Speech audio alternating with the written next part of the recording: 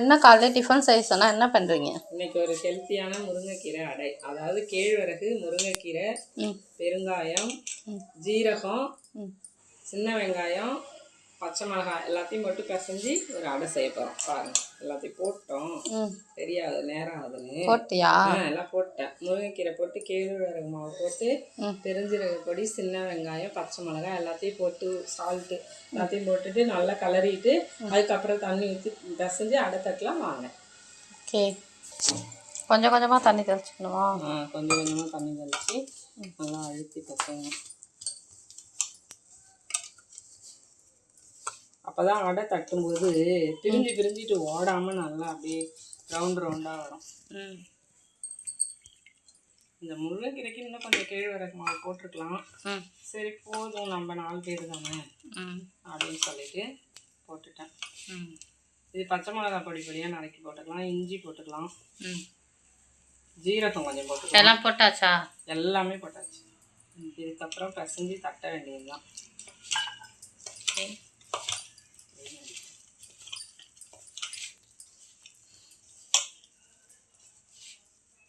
சரி, பிசைஞ்சதுக்கு அப்புறம் காட்டலாம். இந்த பதத்தில் தட்டிக்கலாம். இதில் அப்படியே வாழை இலை இருந்தால் கூட அப்படியே தட்டி தட்டி கடலை சூடாக்கி அதில் போட்டுக்கலாம். வாங்க இப்போ நம்ம கடலை சூடாக்கும். Okay okay okay. எல்லாம் இந்த மாதிரி கல்லில் தான் அடை செய்யணும். மேக்ஸிமமாகவே நாங்கள் இந்த மாதிரி கல்லில் தான் அடை, தோசை, சப்பாத்தி எல்லாமே செய்வோம். நான்ஸ்டிக் வந்து அவ்வளோவா நாங்கள் தவிர்த்திடுவோம். கல் தோசை இது வந்து இரும்பு வார்ப்பு கல்லுன்னு சொல்லுவாங்க. இரும்புலேயே வந்து நல்ல ஹார்டானது. வீடியோ எடுத்து கையிலே வச்சு கல் சூடாகிடுச்சு. இப்போ வந்து இந்த மாதிரி அடை மாவை நம்ம தட்டிக்கலாம்.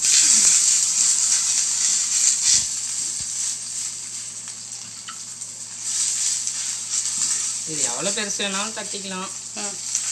இது வந்து சீக்கிரம் வேகிறதுக்கு, திருக்கிறதுக்கு ஈஸியாக இருக்கும். சின்னதாக தட்டிக்கலாம். Okay okay. அப்பா என்னமோ கொடுக்குது பாருமா, வாங்கிட்டு வாங்க. என்ன இது? அப்பா கொல்லையில் போய் என்ன கொடுத்துருக்காங்கன்னா, கொல்லையிலேருந்து கம்பு பறிச்சுட்டு வந்திருக்காங்க. பரவாயில்லையே, நம்ம கேழ்வரகு அடை கம்பு எடுத்துகிட்டு வந்திருக்கோம். அடுத்தது கூழ் செஞ்சு ஒரு நாள் வீடியோ போட்டுடலாம். இந்த கம்புல பத்தாது, இது நம்ம இடிச்சு ஏதோ செய்வோம்ல. இல்ல, இந்த கம்பு வந்து வாட்டி அதை வந்து மரத்துல போட்டு தேய்ச்சி அதை வந்து வறுத்து உரல்ல போட்டு குத்தி சாப்பிடுவாங்க. கம்பு அவுள். ஆடி 18க்கு இந்த சைடு கொஞ்சம் அரை வேக்காட்டில் எண்ணெய் சேர்த்துக்கலாம்.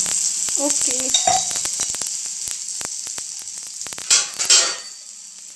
இப்போ வந்து திருப்பி போட்டுக்கலாம்.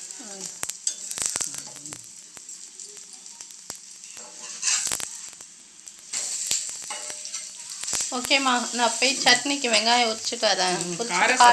நல்லா இருக்கும். சட்னிக்கு வெங்காயம் தக்காளி அரிஞ்சு வதக்கிட்டு இருக்கு. அடை ரெடி ஆயிடுச்சு. ஹாட் பாக்ஸில் இருக்க அடை. அப்படியே சட்னி அரைச்சி சாப்பிட வேண்டியதுதான். இது என்ன கேப்ல அவனுக்கு டீயா? அதான் தெரிஞ்ச கதையாச்சு. பாருங்க ஃப்ரெண்ட்ஸ், டிஃபன் செஞ்சுக்கிட்டே இருக்கக்குள்ளே சைடில் ஒரு டீ போயிட்டு. சரி, இது வதங்கட்டும், நம்ம பார்க்கலாம். இது அடைக்கு வந்து மாவு கொஞ்சம் இலக்கமாக தான் செய்யணும். அடை செய்யணுங்கிற பேரில் குட்டாட்ட பசங்கன்னா அடை வந்து கல் மாதிரி இருக்கும். இப்போ எப்படி அடை சாப்பிட்டாரு. ஓகே, இது எப்போ எடுக்கும்போது காமிக்கிறேன். அடை ரெடி ஆகிடுச்சு. வாங்க சாப்பிட்டு பார்த்து எப்படி இருக்குன்னு சொன்னோம். ரொம்பவே ஹெல்த்தியான பிரேக்ஃபாஸ்ட் இது. சூப்பராக இருக்கும். டேஸ்ட் அண்ட் ஹெல்த்தி கூட.